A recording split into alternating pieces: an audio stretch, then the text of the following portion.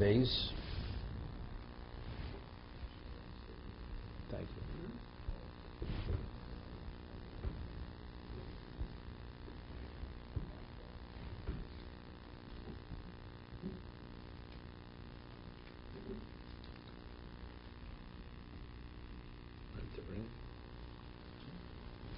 Okay.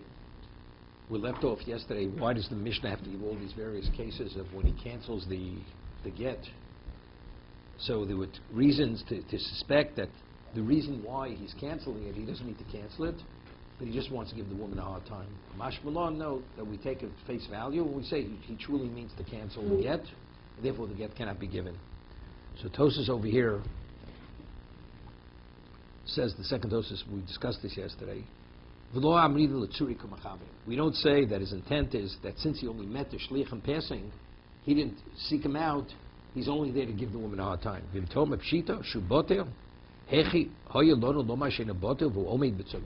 I mean, how could we even consider for a moment? The man says, I'm canceling the get, and say, maybe his intention is only to give her a hard time. I mean, he says, I'm canceling it. Say, well, you don't really mean what you're saying. What, we're going to let the woman remarry? I mean, how could you let the woman remarry? If the man is saying he's canceling the get, because he should have pursued her. I mean, what's even the consideration? So one of the answers, Toskas, as I said yesterday, I would say it would be a suffix, the Bereshis. So therefore, if she would accept Kedushin from the third party, we would actually have to be concerned. Maybe it's a Kedushin. So she'd have to be divorced. It would be a Kohen, right? And then what would be? He couldn't remain with her. He'd have to give her a get.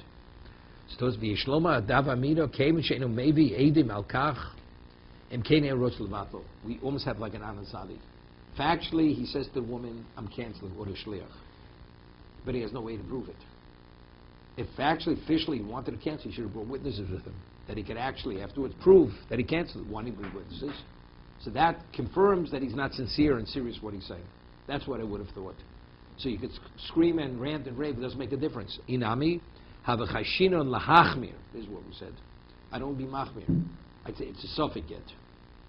It's a suffix cancellation. So therefore, as I said, so if she would accept kedushin from another person, I'd have to take into account, maybe it's a kedushin. The answer is we don't. It's definitely a cancellation. She definitely is a married woman. Therefore, let's say he's a Kohen, he's still permitted to his wife, and if she should accept kedushin from another person, it's meaningless because she's a married woman. Okay, that's what Tosa says.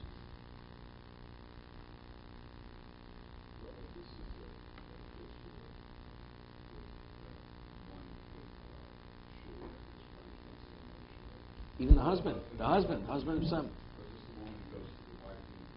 Same thing, all these different things. It's addressing every one of these cases. So you'd say, how could I consider he doesn't mean what he said? He's screaming, I want it to be canceled. When the man comes, tell the man he shouldn't, he should go away. If you accept it, it's meaningless. Okay?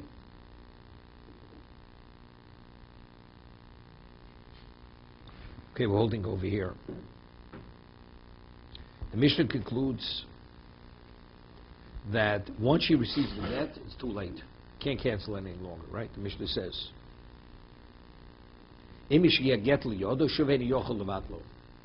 once she receives the get, he can't cancel it anymore. She received the get.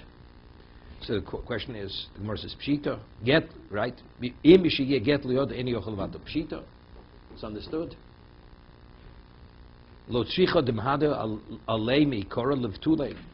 Let's say he's running to tell the woman that he's changed his mind, and he hasn't yet, and he didn't declare it in the presence of a bezdin. But from his behavior, and he misses, he comes late, and by the time he arrives, she already received the get. So what would I think? I would think, since through his behavior, it indicated that he wanted to cancel it, although he didn't state it in the presence of a bezdin, I'd say maybe it should be canceled, or questionably it should be canceled. I would say that reveals, since we saw from his body language and his behavior and his pursuit that he wanted to cancel it, although he didn't declare it before, Kamash Malon, we don't say that. We say that the get is definitely a good get, because otherwise he would have gone before a bezdin, or he would have been there earlier, and the presumption is that he did not cancel the get. And therefore, It's what we call maybe it's Varm Shabbalim. It's not a sufficient Anansadi that would say that his behavior would indicate that he wanted to cancel it. Doesn't make a difference. No. If before he comes and he says in the presence, want to cancel it, that's anyway. That's what the Mishnah concludes. He doesn't even have to arrive there. He says in presence of three people, I'm canceling it out. It's canceled. I mean, Rabbi Leo says not, because Tikkun Olam. But he said it before. He said it before it arrived in her hand. If he says it afterwards, it's too late already. No, if he said it in presence, we'll look at the time. We'll look at the time and we'll look at the date when he made the statement.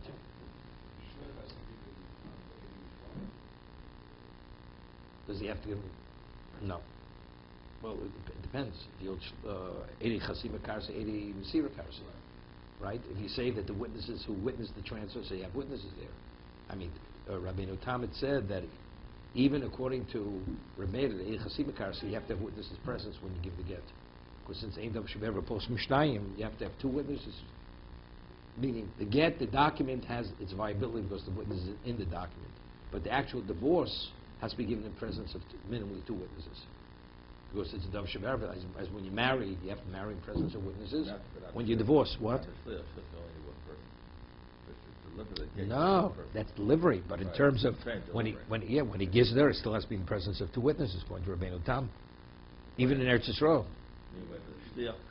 And he delivers it to the woman. It's no better than the husband giving the get to the husband, to the wife. According to Rabbeinu Tam, when the husband gives the get to the wife in Eretz Yisrael, not coming from Dina Siyam, he has to give in presence of two witnesses. Because Ein Davar Shebe'er B'Chos Mishnayim.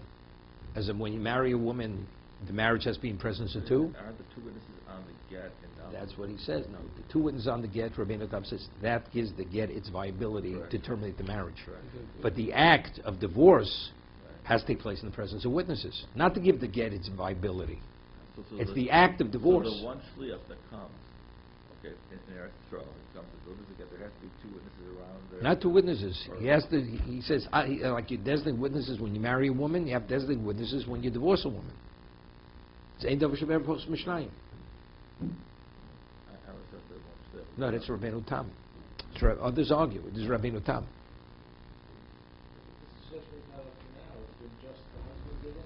Even when the husband gets it, according to Rabbeinu Tam, he has to give in presence of two witnesses. We hold you have to have a bezdin. There's always a bezdin there.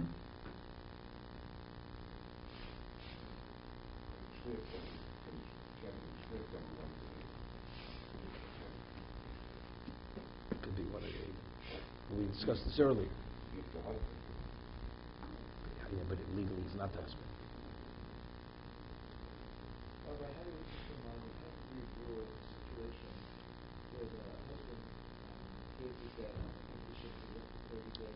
Some males. He gave her the get already earlier. So it's in effect. He gave her get. You're divorced now, or you'll be divorced in 30 days. And he says, he starts screaming, I'm here. But the condition was the get should take effect. It's kosher get. Because factually he didn't arrive. Right?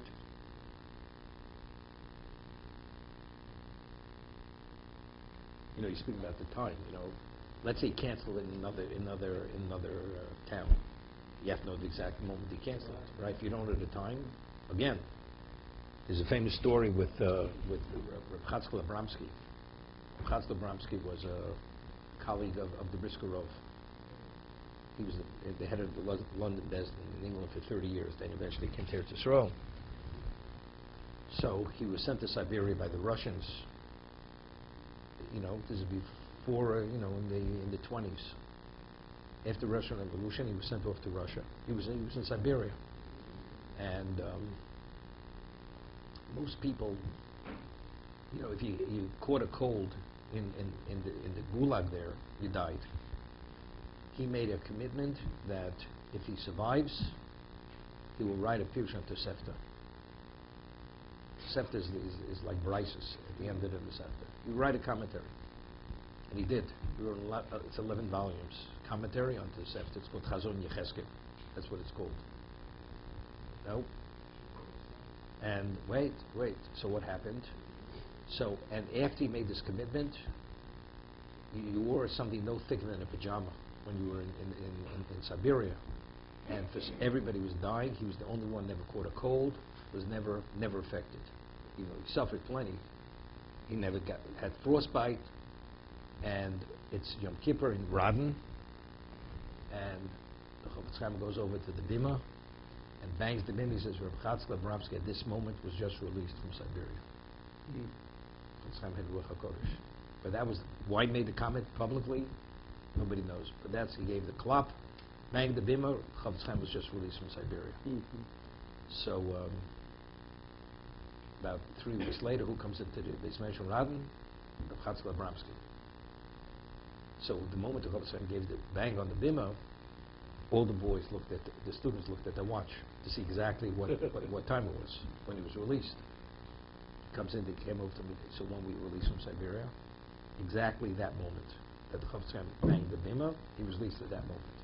So a famous story with the Chofetz Chaim. So he shared with the Chofetz Chaim that he made a commitment that if he survives, he will write a pirush on Tosefta. So the Chofetz gave him a bracha, you should live as long as it takes to finish your work. That's the bracha he gave him. So he lived in Beit Vagan, came to Eretz Yisrael in the late 50s, or mid-50s, and he already wrote 10 of the 11 volumes. And it was phenomenal, really, a very classic work. So people said to him, so when are you going to finish? And he already was about 94 years old. He says, the Chofetz Chaim gave me a bracha, I'm going to live until it takes me to finish. Do you think I'm not going to take my time? Take my time. And when he finished the last volume, soon afterwards he passed away. Okay.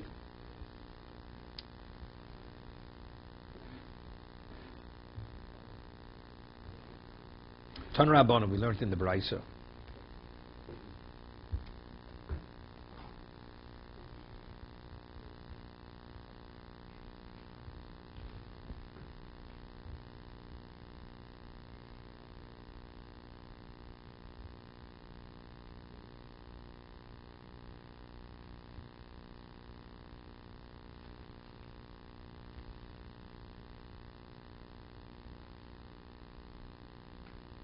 Okay. Now we're speaking about expressions which are considered cancellations. Ton Rabbanon, botelu. He says it should be botel, it should be nullified. Efshibo. I don't want it to be. The husband says this. Dvorv kayomi. His words are what? It's considered a valid cancellation. What about he says poselu? He says the get is posel. Actually, the get is not posel. Eino get. It's not a get. Lo maklum. Okay? Now it's interesting. The Gemara in Kedushin speaks about various expressions of Kedushin. Harit salosi. You're like my rib. Right? Is that Hariyat charufosi. Like Shifcha charufa. It's a a woman, she's married by a Eved Canaan who's half emancipated. Right? Charufosi, Shifcha charufa, whatever it is. So is an expression of Kedushin. And over there it says it is, it isn't. Seemingly, although we know what his intent is. If he says the get's possible, what do you think is possible? What did he say it's possible? He went to a sofa, wrote, then he says to the woman, the get is possible. Is it possible? It's not possible. So what did he mean when he said possible? He means it's not. I don't want it to be, right? But yet it says that he doesn't use the right verbiage here. He doesn't use the right terminology. The get is intact. Ain't no get. The get is not a get. What is it? You read it. It meets all the criteria of get. Lo maklum.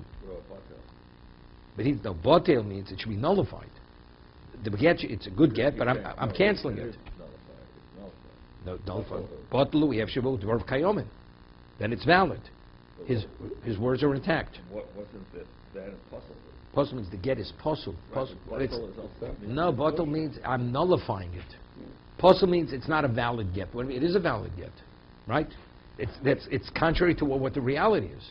To be continued.